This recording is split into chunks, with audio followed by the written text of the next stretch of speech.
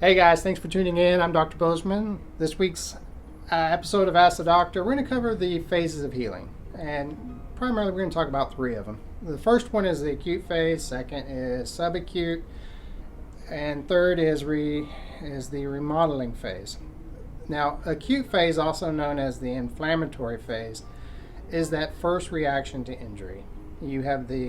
And because it is the inflammatory phase, we have the cardinal signs of inflammation: redness, swelling, pain, temperature, and loss of function.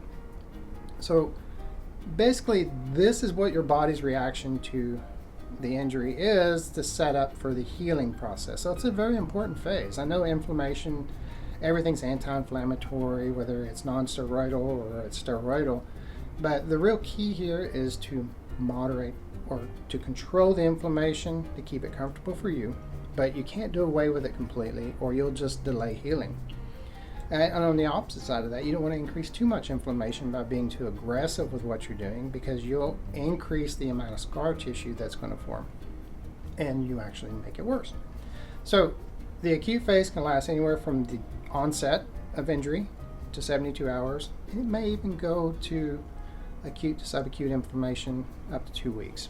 But once you're out of that phase, you go into the healing phase or the repair phase, the subacute phase. And this usually starts at the end of inflammation or the acute phase. It can last up to about 14 weeks. What this is doing is starting to lay down the scar tissue or the fibrous tissue over the injured site, and you get some contractility and some other things with that, but it's still healing. And our treatment plans are driven to match the phase that you're in, and we don't want to reproduce the inflammation phase. We have weakened tissue during the repair phase, and you don't want to cause more damage to it and reintroduce inflammation and increase the scar tissue. So that's all part of what we're going to do with care plans when we're treating injuries.